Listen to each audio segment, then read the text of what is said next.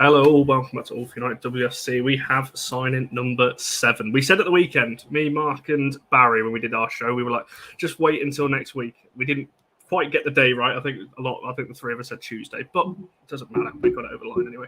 I've got Shane, I've got Jamie to talk through our latest signing with me. Firstly, how are you both doing? I've put you both on mute just to pre-warn you. I'm good, thank you. Yeah, it's good to talk about United again after a lot of focus has been on the Euros, obviously, this last month or so. So get back into the swing of normality. Yeah, not pretty much the same. And then pre-season next week, so we'll go from there. 100%. A lot to look forward to, at least. And I was saying to Shane before we came live, I was looking at all the tweets earlier, all the tweets that I got, the messages. I was like, we're going to win the league here. Like, just everyone's so hyped about the signing and everything else. I thought it was just fantastic. So I'm going to come to each of you first before we dive into specifics and talk about the player, where she fits in and everything else. Just your initial thoughts. Happy, excited, disappointed, whatever it is. And Shane, I'll come to you first. Just your initial thoughts, I guess, when you saw the signing finally being confirmed.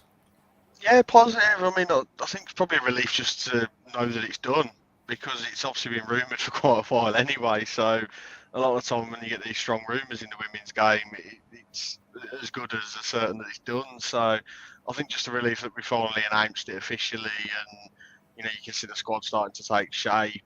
It's a defender, which we're in need of. I think we've obviously let 2 go, one out on loan as well. Millie, Aoife, both coming back from injuries. I think Millie will be back first, but we needed cover there as well. So yeah, positive signing. It's good squad depth now. I'd like to see another one, maybe, just to make it up to 8. 8's a good number, I think. But yeah, I'm pretty positive with it. You can never go wrong with too many signings, and it's like when you play FIFA career mode, isn't it? You just buy players just because you want to buy players because of that excitement of getting a signer, isn't it? But Jamie, just I guess your initial thoughts and things like that on this signing as well. I would say obviously it's like a positive overall. A lot of the early focus was on attacking players and increasing the competition and the depth in that part of the pitch, but then to round things off with getting a defender, because obviously there was a lot of issues last season with injuries and players not being available. And then so this really boosts the backside of the team with what people would say is probably a good international caliber player.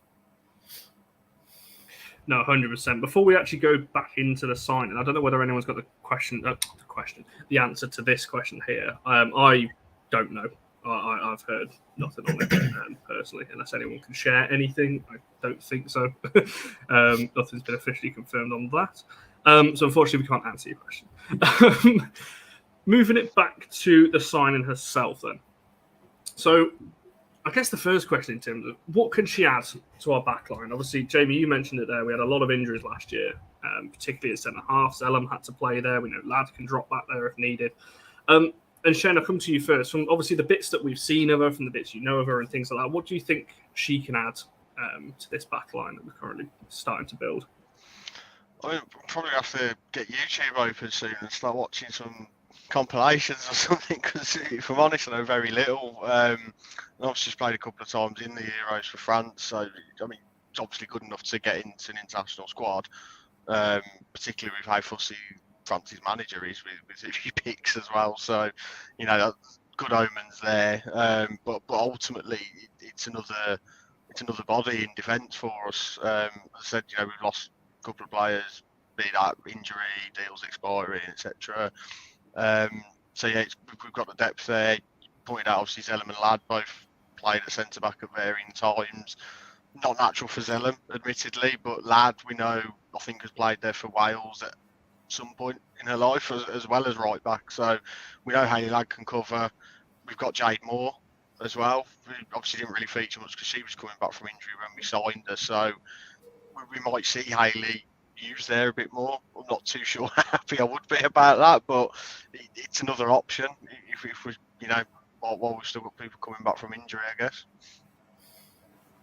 No, 100%. And Jamie, just same question, I guess, over to yourself. Like I said, we were saying before we went live, wasn't it? It's very limited, the kind of information that we've got on her, in terms of, unless you actively go out and watch the Spanish league, there's not a lot of coverage, I guess, for it. There's not a lot of, when I was looking for stats and things like that, there wasn't many of that out there as well. So just, I guess, what you've seen of it, what you think she can add to our backline that we've currently got there. I think the big word is experience. That was one of the main strands of the recruitment strategy for the summer. And obviously, you've got to play in 2 games at the start of the Euros. I wouldn't read too much into it being not involved later on because of the quality of the players that were ahead of her. You know, you've got the 2 Lyon centre backs that were starting in the rest of France's games. But she's played in the Champions League a good few seasons, both for Atlético and for her previous club in France, which is it was Givici, but now they're renamed Paris FC. So I think they went all the way to the semi-finals in 2013. So she's been around for a good while, even though she's only 27, I believe. So she's got a lot of experience for a player, and I think that was what United needed last year. Obviously, they brought Diane Caldwell in January. I think that was more of a short-term fix than anything else, because I think as soon as she wasn't getting in the team ahead of Ladd in that last sort of month or so, I think it was quite obvious then that she was going to be going. So to have somebody in who's experienced but also at the peak of their game and perhaps not coming towards the tail end of things is quite an important factor within this. So yeah, just it's the experience I think is the most important thing, and obviously it's going to take time for her to adjust to English football. Maybe, you know, it's going to be quite different to France or Spain, but on paper it's a really good signing. You mentioned 2 points that I'm going to come back to in terms of experience and talking about being a new league and that kind of thing. Some of these comments, I tell you, I was saying before that I'm getting hyped. Where is it gone? That one there. We're looking like title contenders. I mean, that's a little bit. I don't know. I personally don't. I can't see it just yet. But who knows? We really don't know. I think that's the beauty of these. We're going to come to the transfer window as a whole a little bit later on, but that's the beauty of it. We've signed a lot of players and a lot of attacking positions as well. That. Who knows? Who knows? I'm not going to put a prediction out there just yet. And in answer to your question, TJ, yes, Maya can play centre-back as well, should we need it. So maybe that is why we're potentially not going for another one as well. Throwing it back to something Jamie just said there, Shane, in terms of adding experience. Now, this is something I've been saying all last season. You know, this is what we clearly lacked. We're a fairly young squad. A lot of our key players are fairly young. Jamie also mentioned it's not just experience, you know, because you can get experience just by playing, you know, being a certain age, but it's quality experience, I think, is the difference here. Do you think that is why we've gone for a player maybe like her? You know, abilities aside, what she can add maybe off the pitch is probably as crucial on it as well. Yeah, you know, you said Spanish highlights maybe a bit hard to come by, or even watching live games, but there's experience of playing against your Barcelonas and your Real Madrids, even though they're, you know, relatively new in the grand scheme of things. But Atletico, consistent Champions League team, so there's experience there, and that's the composition we obviously want to get into and what we're aiming to get into. So she's got that experience. Bring that into the team. Sometimes there's just a mentality about it as well. I think last season, you know, we've proved, maybe even over the last couple of seasons, in some matches where, you know, we're ahead, we drop points, and every time we talk about mentality, when you're in those games and it's a tight scoreline, not dropping your standards, don't let your heads go, just keep control of the game. Either go and get that other goal or just see the game out, and we've failed to do that quite a few occasions last season where there was enough draws. If we'd have turned them into, well, kept them as wins from the winning position we were in, we wouldn't be having the conversation about aiming for the Champions League, because we'd be in it, is the simple fact. So definitely getting someone who's been involved in those kind of competitions, it can only be a good thing. No, 100%. And like Lance, I was saying here, having a big squad, you know, looking at Conti games and all those kinds of things as well. We saw that last week. We were playing Russo, you know, away at Durham. We had to bring Tooney on, and these kind of, we shouldn't be doing that. You know, we should have a big enough squad that you don't need to bring your best players on against a team in the lower division. And I guess, Jamie, I'm going to link in your kind of article. I'm going to put your article in the chat in a second, but you've just put an article out talking about this very thing, experience as well. Was that something you said at the start that United were looking for that? And I guess that's something maybe that Skinner's looked at and gone, that's where we lacked last season, was experience. So do you agree with that? I know you just put the article out, but she can add more maybe off the pitch than potentially on it as well. Yeah, I think experience was a huge driving force in recruitment, not just for this position, but for every position. If you look at the players that they signed, being Leon, Rachel Williams, Paris, Lucia Garcia as well, they've gone for experienced players that have played at a decent level, and adding different options as well. That's not so much on the defensive side of things because it's only really the couple of signings, but certainly with the ball, that was a repeated theme of post-match, pre-match questioning last season, was options and having extra options because of the West Ham game, because of the Aston Villa game and those kind of things, and not being able to kill games off because there wasn't perceived depth on the bench. I did ask Mark Skinner outright about rotation at one point last season, and he said that he trusted fully every player in the squad because otherwise they wouldn't be in the squad. But clearly, maybe that wasn't entirely true because he would have used more players if he did believe that they were the right players for that situation. So, and it tails back into what happened last summer, that he arrived very late. It was the very end of July. He only had around 5 weeks before the start of the season. That's not a lot of time to mold somebody else's squad. Obviously, there were signings last year, but you don't know at what point the recruiters decided on who was going to come in. This summer feels very much like a blueprint in a sense because of the varied positions, because of the very targeted, not necessarily individuals, but the targeted positions, the targeted age demographic, that kind of thing, to add experience, to add depth that you trust. Players that he will have had a big say in choosing himself, and really pointing things in a new direction, because I think last season, the way it started, you wouldn't have put United in contention to finish in the top three. The fact that they were so close in the end was arguably an overachievement in my eyes. So this now is where it really begins for him in this job, because he's not had this opportunity before. And as I say, experience and depth was a really big driving factor in all of that. No, 100%. There's a couple of questions I want to get to in the comments. I don't want to go too off piece, but there is a couple of questions here. I can see this comment here. I don't think so. I don't think that element is part of women's football quite yet anyway. Unless anyone disagrees on that. I can see Shane nodding his head whether people disagree, but I just don't think these types of players are like that personally. You're probably going to see one big happy camp, I hope anyway. I hope that's not going to creep in, but I personally don't think so. There was another question I was going to bring up before we go back onto Tounkara. Where is it gone? There we go.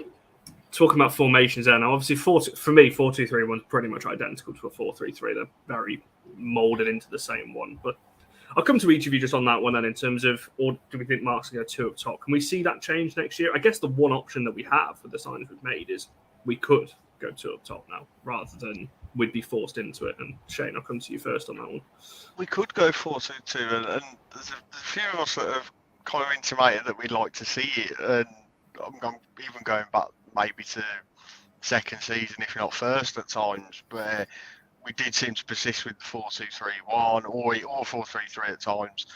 But there was times where you think actually just having 2 out strikers up there playing off each other as a partnership rather than one could have given us a bit of benefit. I have this massive thing where I'm in the ground and I'm constantly shouting at them, get in the box, because you've got a winger like Galton who will get down the line and she'll whip a perfect ball in almost every time, but there's never anyone bloody there. Maybe one who's the striker who you'd expect to be there anyway, but then there's no one following in behind. So I think sometimes having that second option up there just to maybe put a bit more pressure through the middle rather than always focusing out wide. I think sometimes the way we play, we can become a bit predictable, and a lot of the time it does go down the left hand side because Galton's so effective and so good at what she does. We could use our right side a bit more as well. There was countless times last season where everything was down the left and Hannah Blundell stood there with up 40, 50 yards of space that she can run into. No one's picking her out. And if you play her in, there's a ball across the box in the second touch and potentially a tap in. So it'd be good to mix it up a bit. And I think the depth we've now got and sort of mix of players and abilities, particularly in your cup games as well, when you can play a bit more of a fringe side, there's a bit more room to experiment, I think. Yeah, and Jamie, I guess same question to yourself in terms of that, but also, like I said, the flexibility now and also I think that it can kind of tying it back to Tounkara a little bit as well.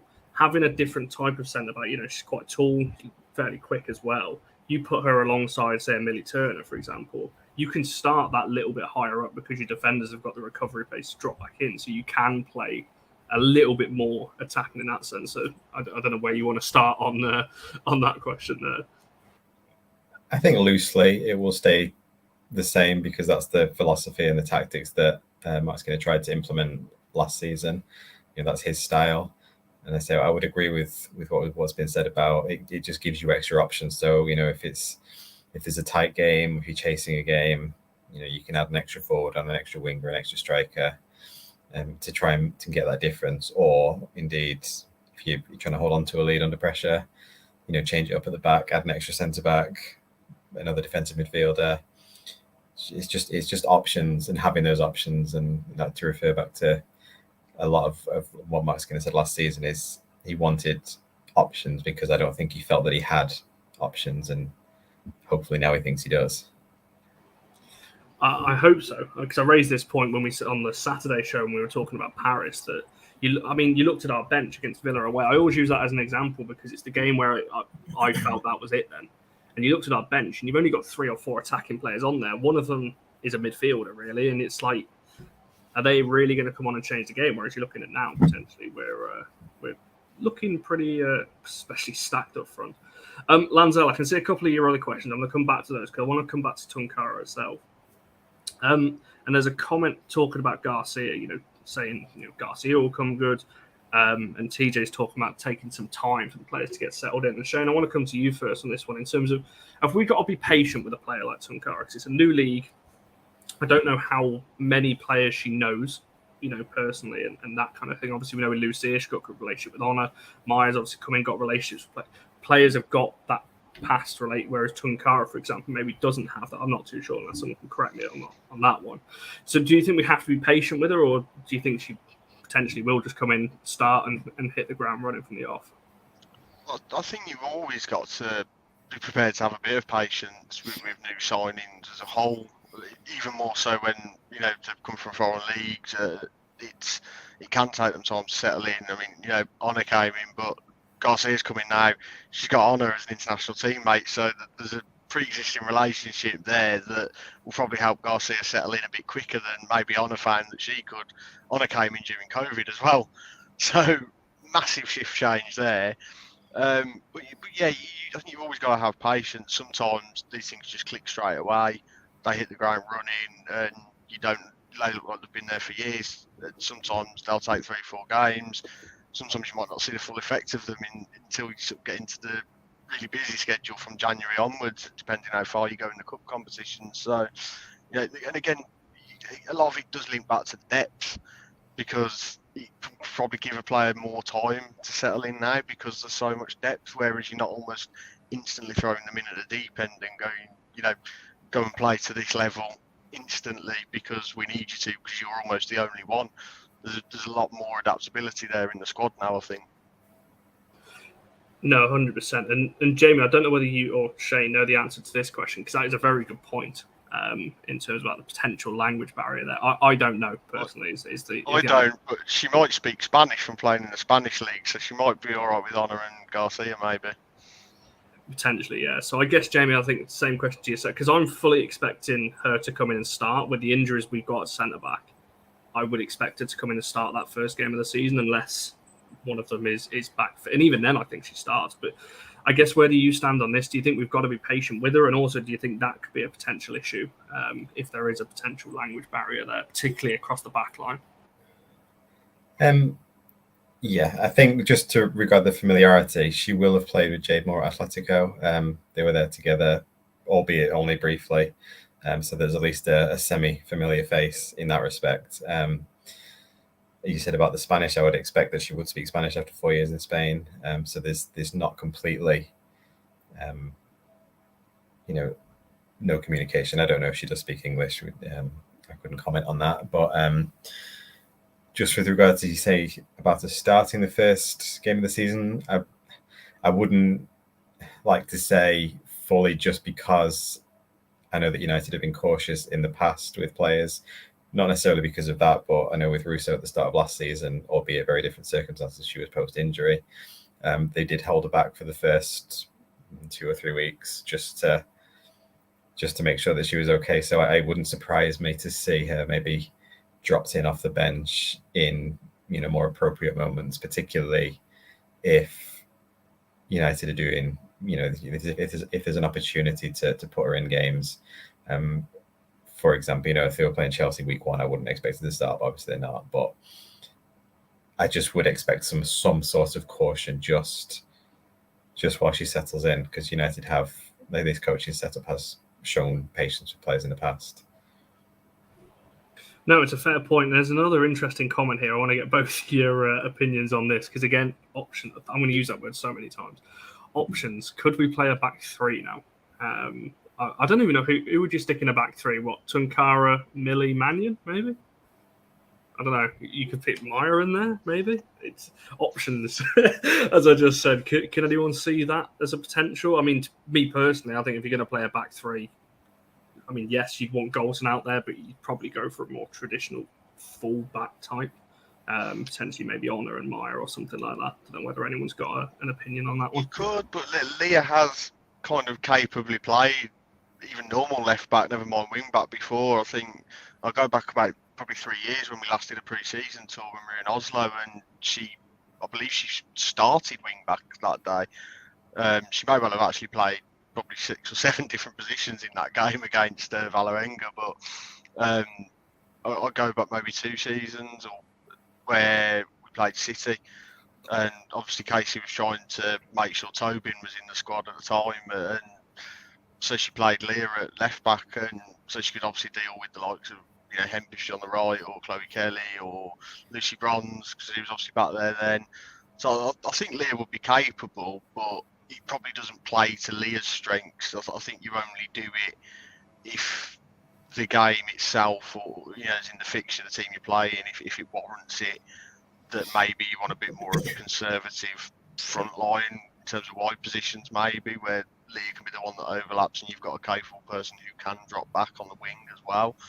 I wouldn't expect to see much, but if we need cover, she can be an option. I don't think we'll see a 3 at the back too often, though, at all. No, I agree. I'd be a bit surprised. John Fry's just straight up no, no to a back 3. I think it depends on the game. It really does depend on the game. I think if you're looking to play a counter attack like we tried at City away, it's an option, and we might get more success doing it that way. Options. I've said it again. I've said it about 5 times in the last 2 minutes. I think as well, you do need to make sure you have to have the right players, and particularly the person who's going to play in the middle of that back 3 needs to be the leader of that line. So you need to make sure you've got the right people available if you're even thinking about doing that. No, 100% specialists in those positions, as we found out from the Louis van Gaal era from the men's side when we tried to play that system. I'm sorry to remind you of that time. But Shane, just going back to yourself, Jamie briefly touched on it there in terms of, I want to talk about her starting, obviously, the season, because Mannion, I'd be very surprised if she comes back before, January of next year. Millie T, we don't know how long she's out for. She's looking back, obviously, back in training now, how long potentially starting the season, I'd be doubtful on that as well. Obviously, we've got Maya who can play there. Zellum, Ladd can drop back should they need to. Would you expect her to be starting that first game of the season? I guess it all depends on pre-season, doesn't it? How she fits in over the next few weeks. Probably not, for the simple reason is she's only just started doing ball work again. So as much as a massive step that is, and I think she said she's ahead of schedule as well, but if you're only just getting to the point where you're knocking a ball around on a pitch, as much as we're going to say the next 5-6 weeks to the start of the season feels like an age away, when you're recovering from an injury like that, I bet that time's pretty quick in the grand scheme of things. So I'd be very, very surprised if she was even in the squad to start the game, and that's not a slight on her ability at all. That's just how I kind of perceive the stage she's at. But equally, I don't think it might not take till January. Maybe, October, November time, maybe a couple of cup games just to ease her back in, like Durham, Sheffield, maybe. Be good options for her to, get back involved on the pitch, I guess. I don't want any of our injured players coming back and playing Durham. Not after the way that when I said it, I heard what I was saying, and yeah. Crikey, after the battering we got up there when last season when we went up there, that was tough for some of the players. Jamie, I want to throw it back to yourself and just kind of round off in terms of Tounkara as a player, then looking at same question I guess I asked Shane there in terms of next season. Obviously, we don't know how long these injuries to Mannion and Millie are going to be for. We'd expect them obviously both at some point next season. Do you think it's too much pressure on Tounkara coming in potentially as the main centre back going into next? I keep forgetting Maria as well. We've got another player there, so it could be Maria and Tounkara obviously starting the season against Spurs. I guess would you go with that, or is that too much pressure on a new signing? I think there is a lot of pressure, but at the same time, I know I've said that I wouldn't be surprised if she doesn't start, but maybe somebody coming in like that with reputation, you sort of like sink or swim, and you would expect that she would swim because she's been playing at the highest level in top competitions against better players than she will be facing in the first week of the season. So there is an element of just diving at the deep end and see what happens, but because they know they've got Haley Ladd, I wouldn't rule it out certainly as a stopgap in the first few weeks. With regards to the injuries, I think Mannion tweeted a week or a few days ago, however long it was ago, that she was about halfway through rehab, which you would put at about, that's 5 months. So another 5 months, you're looking at January, like you said. Millie Turner, I don't think you can put a time frame on it because they've been so careful with just everything that's happened. She was treated, I think, as long ago as February, and then the rest of the time has just been like slow recovery and just making sure that everything is okay and not forcing anything before it's okay. So yeah, there'll be pressure, but maybe they've chosen her because they think that she'll thrive under pressure. I don't know. It's an interesting thing to think about though over the next few weeks at least. No, 100%. I agree with Stuart's comment that I just brought up there. Ideally, you want to get Tounkara and Maria playing together because that is your likely starting pairing if you're going to go for that. Talking about signings as a whole, then, in terms of Tounkara, we expect this to be the last one now, barring something pretty incredible, I think, happening over the next few weeks. It's looking quite good, the fact that we've just come into the start of pre-season. It seems like we've got all the dealings done. Going in, so Skinner knows the squad that he's going to be dealing with. They can have a full pre-season with these girls. Shane, I'll come to you first on this one. Is Tounkara enough cover for this back line? Obviously, I know we've got Maya in there as well, but there's a lot of concern. There's been a lot of concern in the comments of tonight as well, talking about, it's not enough. We still need a fullback. We still need another centre-back. Do you think it is enough, the fact that just Tounkara, just Maya, is that enough for you for kind of filling our back line? It might be. I think personally I would like to see one more. And I suppose it depends on your perception or your preference, I guess, of whether you want, as you would put it, people in specialist positions so that they're really good at that one area and you don't shift them from it, or whether you want someone who's a bit more versatile. Fullback is definitely an area where we probably are lacking now because we've got rid of two and we've got one in Maya. Obviously, she's capable of playing there. She can cover at centre back potentially as well. So there's a versatile player there, but have you got another out and out fullback without having to ask someone else to cover when it might not be their natural position? So yeah, I probably would like another one. I think centre back again, it's perspective. If you had Millie and Aoife both fit, ready to go, it's probably not even a conversation. Because you've got four centre backs again, plus Haley Ladd who can cover. So you've got 5 options there, but at the moment we're kind of going 2 plus a cover. So it's a matter of perspective, but you have to take that into account when you're buying players as well. you've got to think about how long your injuries are expected to last for, and do you need cover? Hence why we obviously went out and got Diane Caldwell in January on a 6-month deal. So yeah, personally, I'd like to see one more come in, but I'm not going to be disappointed if it doesn't. Let's just say that.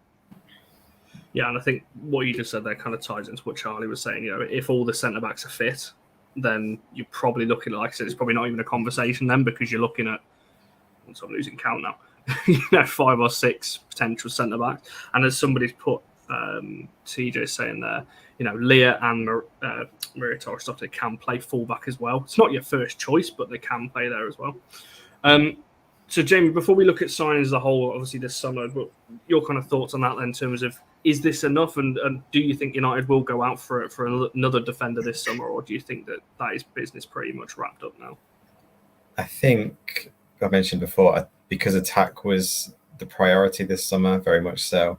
When I spoke to Mark about it in, I forget when, maybe end of March, early April, I didn't expect him to give as honest an answer as he did, but he literally listed positions that they were going to take or going to try and get.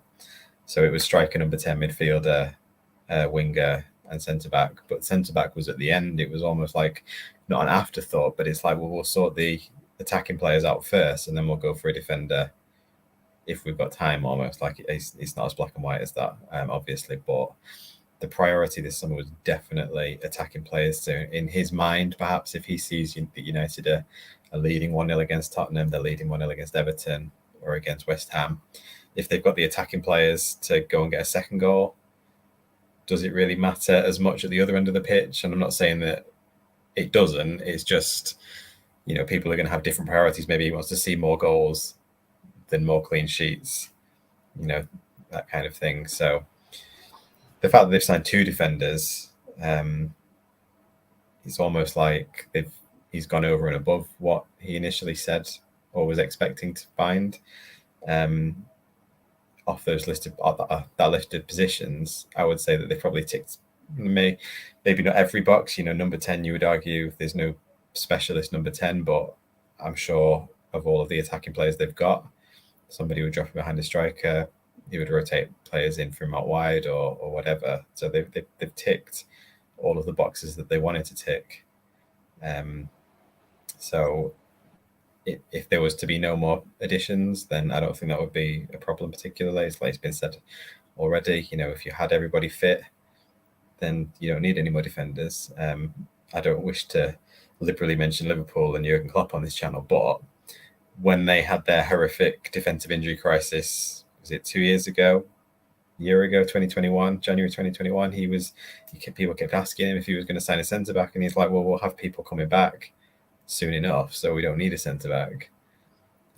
So I would say it's a similar situation with United. If they go and sign players, they're going to have players coming back in a quicker time than they would give somebody a contract for. So at the end of that, you would have too many players, and then it's suddenly you've got to try and keep people happy, and then it starts to get a bit messy, perhaps. So no, I think at the moment everything is pretty set.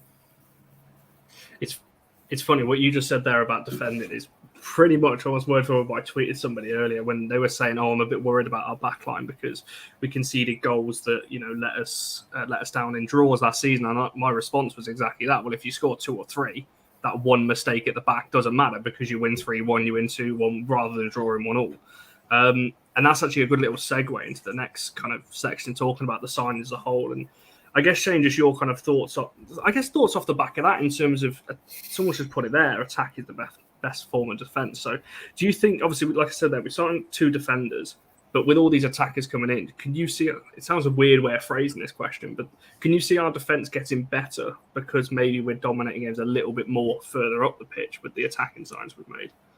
Potentially, that might be the angle that Mark Skinner's hoping to go with, maybe. I mean, as Paul alluded to now, draws last season that on paper should have been wins, at the time should have been wins because we conceded an equaliser so late on, or there was chances to wrap the game up that we didn't take and weren't clinical enough. And clinical's been a word theme, if you like, even since the start, since we've been in the WSL. So stop piling up on attacking players, just go and ban the goal in.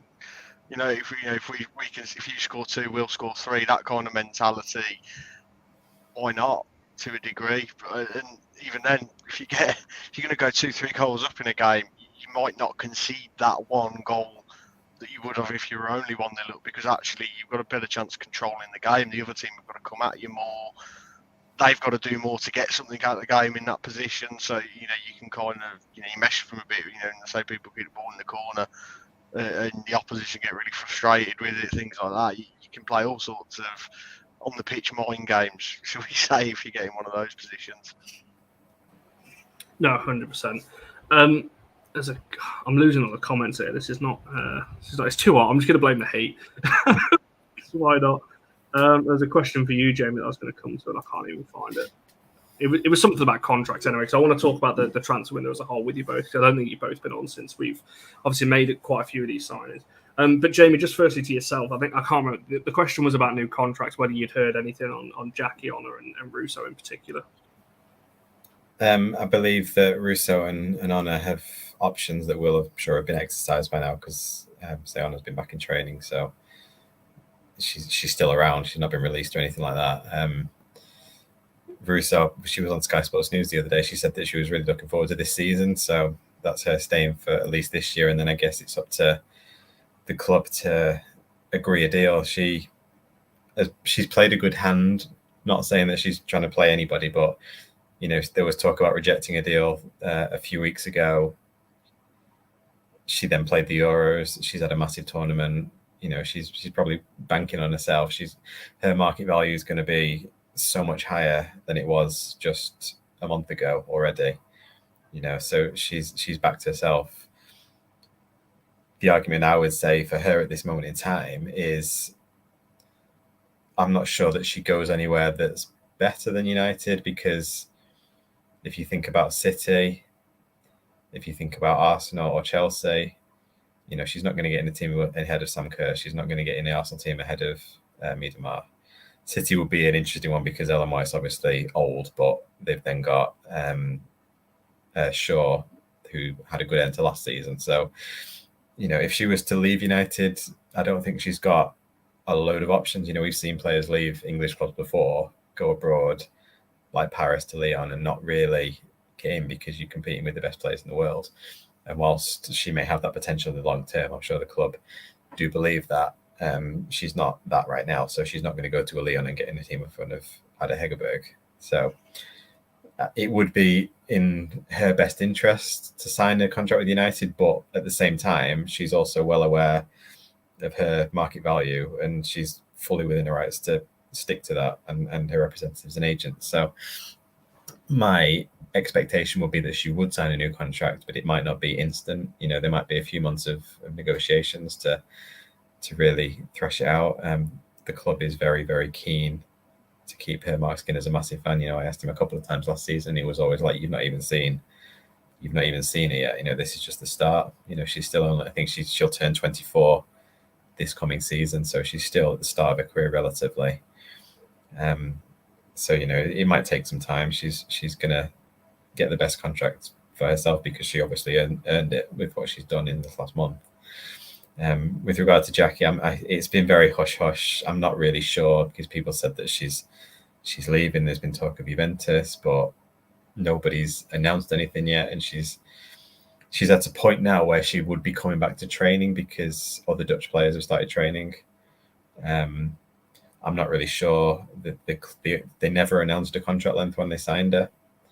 And I believe Emma Sanders asked Casey Stoney outright in a press conference at the end of 2021 about whether she was in contracts, and she got a bit of a vague answer that it's never been really clear. So I'm not really sure. If she's in a good position, maybe she wants Champions League football. She is older than some of the other players in the team. She has been there and done it internationally, with the Netherlands. So maybe she has got more pushing her to want to leave and go and try something else. But at the same time, I believe that she's very, very happy because, she likes the fans. The fans obviously adore her. She's got a lot of good things going on at United as well. So I think it'll be one to keep an eye out, and I think that'll get resolved pretty soon one way or the other, because they're going to have to. Somebody's got to find out something. She's not just going to turn up randomly training with somebody else. They've got to announce something somewhere along the line. So yeah. Yeah, I'd be amazed if we see any outgoings now, like to key players, because I think that would have been done by now, particularly with starting pre-season. We're not Arsenal. We're not leaving everything to the last minute and just getting all our targets nicked by Chelsea. Shane, throwing it back over to you then, in terms of just for the last kind of few minutes talking about the window as a whole, because like I said, I think this pretty much wraps up our incomings, unless we might get another player through the door, but it would be pretty surprising at this stage. What are your thoughts on the window as a whole? Because I think it's no hidden secret. The window is, I think it's very Marmite. You either love it or you hate it. Everything I read today, all the tweets that I got, the messages and everything else, it was very positive. People seem very excited for the season. We've plugged gaps that we needed to fill. We've brought in experience and good youngsters as well. Where do you sit, Shane, on this transfer window? Because some people are calling it the best ever. Some people are calling it the worst. Where do you sit on this debate? I'm optimistic. I'm quite happy with it, I think. We've filled in key positions or positions where we needed more depth. Depth is going to be a key word throughout the season. And ultimately now it's on Mark Skinner and the team to go and prove why it was all necessary, really. Any transfer can be good or bad by the end of the season that it's happened, because you can get someone in and people can say, no, absolutely not. And they hit the ground running and absolutely smash it. Or it can be a really exciting signing, and at the end of the season you're going, well, that didn't really work out. So it can go both ways. As I said, I'm optimistic with it. It's Mark's first full window where he's had an input into the players that he's picked. I appreciate he probably would have had an input into January signings as well, but mid-season's always a different kettle of fish, because you kind of just going out of necessity rather than long-term then. But yeah, I'm intrigued to see how the season goes now, and I'd say I'm positive. And Jamie, same question to yourself, because I know you've been quite positive as well, speaking about the signings. Like I said, I was reading your article earlier on. It seems you speak quite highly of some of these signs that we've brought in as well. So where do you sit on this debate of the transfer window as a whole? I would say a positive, because they pretty much set out, so they pretty much achieved what they set out to do in terms of targeting particular positions, targeting depth, targeting experience. It's not been all plain sailing. Mark did express some frustration about governing body endorsements with work permits. I think they had their eye on a lot more international players over the course of last season, with a view to this summer, and perhaps got knocked back with that. I know he said to me about that the WSL has been denied a lot of international quality players because of like red tape. So I don't know how far along the line they would have got with those particular ones, but clearly it has been a factor. The other thing I would say is about time frame that has been quite positive, because I know that I think I was on this show maybe in June, and Chelsea and Arsenal not Arsenal, Chelsea and City had already been active, and United at that point hadn't done anything. There was just a lot of talk without any confirmations. But obviously United then have gone now and signed 7 players in the space of probably about 2 months since then. And there's still another month at the start of the season. When he was asked, it wasn't by me, but when he was asked by somebody else in a press conference, I think it was in May, they asked him about time frame and whether he wanted players in by a certain date. And he said, ideally before the Euros, but at the same time, it doesn't really matter as long as they're in full stop at any point. And if you would look at the players they've actually signed, so you've got Laetitia and Clinton have obviously started training probably a week or 2 ago. The ones that have been involved in international football wouldn't have been available before now anyway. So you look at Garcia, I don't believe has started training, but I believe she's in the country at least. So she'll probably start training either end of this week or start of next week. Paris obviously went all the way with England. United's other England players haven't returned to training yet because they've only just finished international football. So Tounkara again, wouldn't have been available before now anyway. So the fact that they've not announced it until now doesn't really make a difference because she wouldn't have been able to start training. This isn't one that's like come out of the blue. Everybody involved knew what was happening a good while ago. And the same with Adriana Leon as well. She was playing for Canada until the 18th of July. It's been on holiday. Now she started training after 2.5, 3 weeks. So everybody's come in at literally the earliest opportunity because they've been in international tournaments. So with that regard as well, there's a lot of preparation time. A month is a long time to train for a season. So to add that to the positives of getting the positions that they set out to get, the experience and the depth, I would say it wraps it all up quite a positive package. Yeah, I like to hear this positivity because it's like I said, I don't mind a good debate, but I think the majority of fans are pretty happy with the signings. One final question for myself then, in terms of wrapping up, I guess, Tounkara, but also the window, I guess, unless, like I said, we do make another signing, in which case we will be live again. But talking about expectations, now I think Shane, you might have briefly touched on this as well, but I'm going to ask you a two-part question. I'm going to ask you both actually this two-part question in terms of, have expectations for you changed next season because of the signings we've made, and also are you confident because of the signings we've made that we'll be able to achieve those expectations? I don't think expectation has changed in the sense that we're chasing Champions League football. If by some miracle we go and win the league, absolutely brilliant. I'll be absolutely ecstatic. But the target now for the last 2 seasons, and obviously going to this one, has been Champions League. So I think that's still the expectation. I think where the expectation is raised by the signings in terms of a level of expectation is how comfortably do we make it for ourselves to achieve it. Last season we've fell quite short right at the end of the season, be it by a point, a few points, or even down to goal difference, which is terrible. It's terrible to miss out on goal difference on something, but I'd like to think that we're in a position now where we can go and, for argument's sake, let's say it's third place, but we're not getting it by the skin of our teeth. We're getting it with 2-3 games to go of the season, and at the end of the season you're a bit more comfortable because you know you're going to be in that position come the end. Yeah, and Jamie, same question to yourself.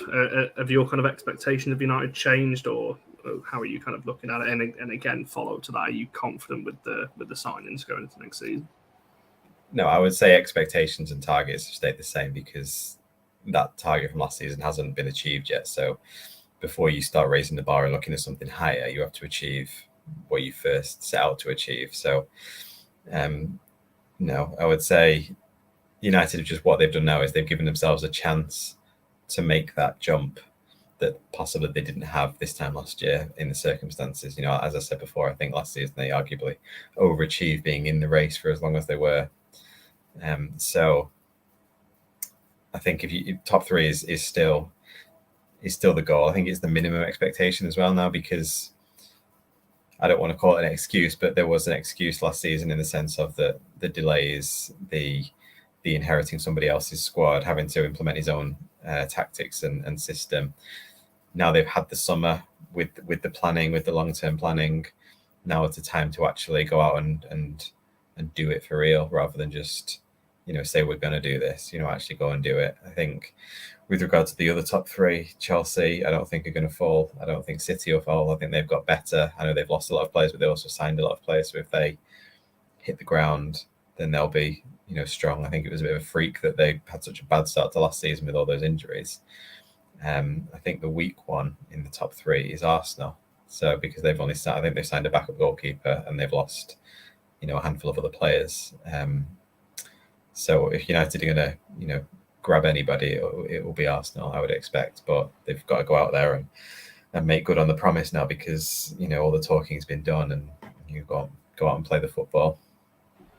I'm glad you said that. You're the first person that we've had on the show in the last 3 months that agrees with me that Arsenal are going to be the one that we can catch. Everyone else will be like, no, it's City. And I've been banging the drum that I think it's going to be Arsenal. And if you listen to some of the rumours as well, there's a bit of discontent in that camp as well. So potentially Couple more maybe on the way out, but if it's an unhappy squad, you don't know what can happen next season. So yeah, I'm glad you said that, because at least I've got someone fighting my corner that it's Arsenal that we can jump. There's a couple of very quick fire questions I'm just going to get to. I don't actually have an answer to this one unless either of you two do. Which non-Man United transfer has impressed you the most? I'm just going to throw Daly to Villa purely because it just came out of nowhere. I won't pretend that I've followed everyone else's transfer activity too closely, but yeah, the Rachel Daly one coming out of the blue like that yesterday was quite impressive. Also on Villa's part, really, to pull that one off, I think. Is there any for you, Jamie, that stand out? Suddenly I've just gone blank on a lot of things, but that Daily one did impress me, because they've got potential there. They just need some extra quality, and I don't think Alicia Lehman's the one. She's a bit scattergraph with her performances, so they obviously needed an upgrade, and be nice to see Rachel Daly play in what people might say is her actual natural position. 100%. And just very, very briefly on this one, if Jackie goes, to expect any more business this summer or this window even? Like I said from the start, I don't expect it to be leaving now. I would have thought that would have happened by now, but who knows? I don't know whether anyone's got a quick thought on that one. No, I think if, as you say, they would have known that was coming for a long time, so it would have already been factored in, I would expect. Short and sweet. I like it. Nice one. Thank you very much both for coming on. Before I let you both go, where can people find you and tweet you or whatever it is? And obviously, Jamie, I'll come to you first in terms of shouting out obviously your articles and things like that. I know you've just put one out, which I'm going to put in the chat again. So where can people find your social media and also your articles that you write as well? So social media, the handle is on screen, and if you go to the 90min.com website, there's a tab for all women's football. I tend to populate the United tab, but there's also individual feeds for Arsenal, Chelsea, City, the league as a whole, England, and general women's football. So that's where you can go for your news on there. No, 100%. And Shane has just changed his little thing there in anticipation, waiting for this question. So go on, Shane, shout out your socials on it. Tactical approach. Mine, of course, Shane, it's an L in the middle, not an I. A lot of people confuse the lowercase L for an upper I. It's Shane LT Higgs. But also shameless plug, because obviously I'm quite heavily involved with the supporters club. So if anyone's not following us, from a membership perspective, if you want to be a member, we've got 2 membership options. So go check out on our Twitter at MUW_SC. Also website MUWSC.co.uk as well, where we've got a bit more info on membership on there. So yeah, please come and join us. Yeah, and if you're not following them, I don't know why, because you're going to get all your ticket information, all the shuttle bus information that's just come out recently. Everything is over there, so definitely go and check that out. Actually, on that point, I may as well get another plug in, because it's probably not too. We've put the news out about it, obviously, but shuttle bus from Old Trafford to Leigh Sports Village this season as well. We've managed to get a travel option going who were willing to put one of those on. So I believe it's only be one bus, but there's a bus at least now running from Old Trafford to LSV on match days. No, 100%. That's a big step forward as well for people that said, "Oh, I can't get to Leigh. It's a nightmare to get to." Well, there's no excuse now. There is a public transport at least to go in there as well. From an All for United perspective, we'll be back. When we're going to be back now, Friday. I don't know what Barry's topic's going to be, whether there's any more news that's going to come out over the next 24 hours. But if not, we've got the Conti Cup draw to talk about as well. We're not going to get City in the group stage this time round, which is quite something. But Shane did predict an Everton draw again, because why not? It had to be them, and it had to be Durham, didn't it? It was always going to be at least one of those two. United v Everton is a furniture fixture of that competition. 100%. So we'll look forward to that. But yeah, so Barry will be back on Friday at 7 o'clock talking about all of that. In the meantime, obviously, make sure you're liking and subscribing if you're new around here. There's been plenty of people watching on YouTube today. Drop your comments in if you agree with anything we said, or if you disagree, because that's perfectly fine as well. I will read all the comments after the videos gone out. But for now, guys, we shall see you soon. Cheers, everyone.